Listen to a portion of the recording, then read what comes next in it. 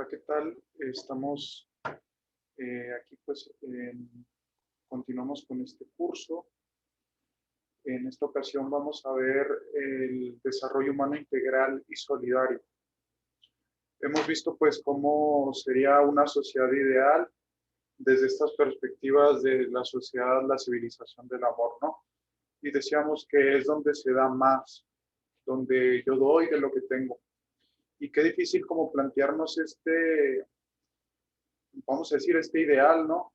Esta utopía, cuando vivimos en una sociedad donde a veces nos falta incluso lo necesario para vivir en sectores o en muchos sectores. Entonces, pues bueno, estamos frente a un reto social que nos puede superar. Pero para poder establecer una sociedad del amor, una civilización del amor, nosotros tenemos que ir pisando sobre firme, ¿no? Y para esto es necesario saber en qué consiste, sobre todo, un desarrollo humano integral y solidario. Bueno, primero que nada tenemos que saber que el ser humano no está constituido solamente de cuerpo y mente. Esto fue una visión que se ha superado, gracias a Dios, ¿no? Gracias a la reflexión humana, a la ciencia, a la filosofía, a la antropología, a la anatomía, es decir, a la ciencia moderna, para que nosotros podamos ver que el ser humano no es un mero mecanismo, ¿no? Pero tampoco es nada más solo ideas o solo razonamiento, no es nada más el alma, no es nada más su aspecto espiritual, sino que es un todo. El ser humano es un todo y no podemos reducirlo, ¿no? Si pudiéramos en este sentido decir que es el ser humano, vamos a decir que es una pluralidad, bueno, una totalidad, perdón, una totalidad pluralmente diferenciada. ¿Qué quiere decir esto? Es un todo, pero tiene distintas partes, ¿no? Que no se agotan en su estudio, que no se agotan y que siempre va a tener esta visión misteriosa. No he entendido como algo que no se puede aprender, sino como algo que se va aprendiendo paulatinamente. Entonces, bueno, ¿en qué consiste ser íntegros, no? ¿Qué es la integridad? Hoy se presume mucho esto, ¿no? Medicina holística, medicina, vamos a decir, medicina integral. Eh, Se habla como esta pretensión es, es sobre todo ver que se atiende no nada más una parte del ser humano, sino todo el ser humano. Y se ha convertido y se ha ido convirtiendo también en un término pues un tanto mercadotecnia, ¿no? Es decir, nosotros sí atendemos al todo, ¿no? No nos quedamos con una parte.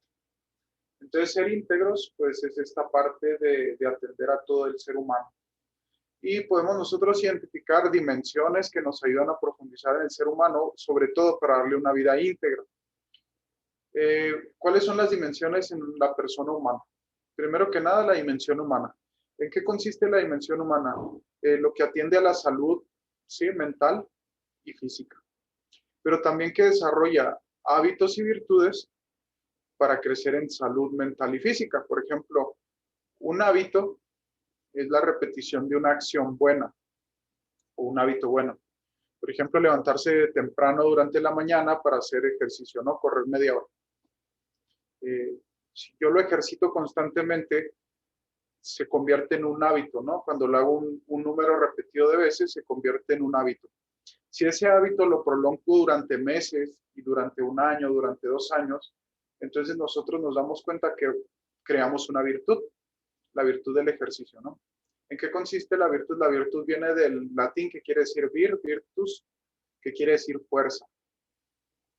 Es decir, convertimos una fortaleza en nuestra vida humana, ¿no? O incluso puede haber un hábito en el que yo asista por semana o cada mes a terapia psicológica. Se convierte en un hábito bueno, ¿no? Porque es por mi higiene mental. Y finalmente se puede convertir también en una fuerza, ¿no? Tener un mentor, etcétera. Es decir, podemos abarcar muchas partes aquí, ¿no? Tanto desde la alimentación saludable, el asistir al médico constantemente, tener chequeo al menos una vez al mes, etcétera, ¿no? como no ser negligentes con nuestra personalidad en cuanto a hábitos de cuidado mental y físico. Pero también aquí entra lo familiar, lo económico. También dentro de esta área sostiene la disciplina, ¿no? Que es permanecer en constancia luchando por mis ideales. Aquí entra también mi proyecto de vida, ¿no? Yo me quiero casar, quiero ser sacerdote, quiero ser religiosa. Es el desarrollo, vaya, de nuestro aspecto humano. Y a veces nosotros como seres espirituales tenemos que tener mucho cuidado porque pensamos que lo religioso puede suplir o lo espiritual puede suplir lo humano y lo humano puede suplir lo espiritual cuando no somos un todo, ¿no? Y desde la perspectiva cristiana nosotros decimos, Cristo se hizo hombre. A veces decimos, no, es que Dios me va a hacer un milagro si yo me enfermo. Sí, pero tal vez el milagro te lo da antes, ¿no? Los milagros están constituidos de pequeños milagros. El milagro de la salud se cuida con el milagro del cubrebocas, del sanitizante, etcétera, ¿no? Entonces también no hay que pretender espiritualizar la humanidad ni humanizar la espiritualidad. ¿En qué consiste la espiritualidad? Habrá quienes no seamos creyentes, habrá quienes no tengamos una religión, pero lo espiritual consiste también en la trascendencia. Es decir, todos tenemos un sentido de trascendencia, ¿no? Aquí se engloban como la relación con las utopías, con mi trascendencia puede ser material, mi trascendencia histórica, como los romanos, ¿no? Por ejemplo, que dejan en las monedas, non omnis moriar, no del todo moriré, porque dejan una trascendencia material, o la trascendencia histórica, ¿no? Donde yo quiero hacer un premio Nobel, ¿no? Y que se me recuerde constantemente. Es decir, de alguna forma el ser humano siempre está conectado con esta parte trascendente, ¿no? Queramos o no.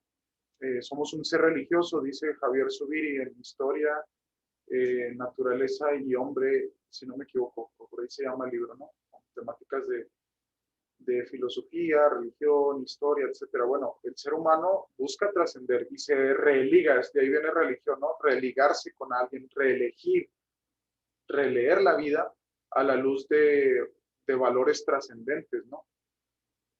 Y bueno, habrá quienes crean en Dios y quienes no, pero todos hacemos religión de alguna forma, ¿no? Porque nos religamos a alguien, tenemos rituales con alguien, no sé, en este sentido, ¿no? Es más amplio. Y por eso es necesario ejercitarlo. No se diga quien tiene una religión en donde siga y ejercite la fe, la oración, la meditación, no sé. Esto ayuda mucho, inclusive, lo afirman los psicólogos, con la capacidad de resiliencia, ¿no? De las personas, que es tan importante para salir adelante, especialmente en las situaciones que estamos viendo actualmente. Y la parte intelectual, ¿no? Nosotros a veces como profesionistas pensamos que nuestra vida intelectual se acaba cuando nos graduamos. Y no, la vida intelectual también es un proceso que se va construyendo día con día, ¿no? Y pues la educación tendrá que ser constante, actualizarnos, ¿no? Así como el Windows se te actualiza y te interrumpe todo porque necesita de tu actualización, pues así tú tendrás que interrumpir también tu vida cuando no tengas una actualización de tu vida. Eso es algo constante. Y también pues está la parte pastoral o de servicio. En esta parte intelectual me da mucha risa porque hay muchos profesionistas que piensan que porque estudian una carrera ya saben todo, ¿no? No quiero decir nombres, pero los psicólogos y los médicos, no, sí, a veces caemos en esta soberbia, ¿no? De pensar de que porque ya estudié algo, lo sé todo. Cuando siempre tenemos que tener esta apertura, ¿no? El sabio es el que siempre sabe que le falta algo por aprender, o en realidad mucho. Y la parte pastoral o del servicio es aquella que es dar, ¿no? A veces del amor no duele nada más no recibir, sino que duele no poder darlo. Uno sabe que madura la parte humana, espiritual, intelectual, cuando está dispuesto a dar, cuando está dispuesto a compartir. Entonces, vamos a decir que en estas cuatro partes se compone el que la persona tenga una vida íntegra, ¿no? Es más fácil radicalizarse y ser muy espirituales o ser muy fit o ser muy, no sé, cuidar mucho la higiene mental o cuidar mucho la familia o cuidar mucho la economía. Eso es muy fácil, ¿no? Radicalizarse en algún punto de la vida.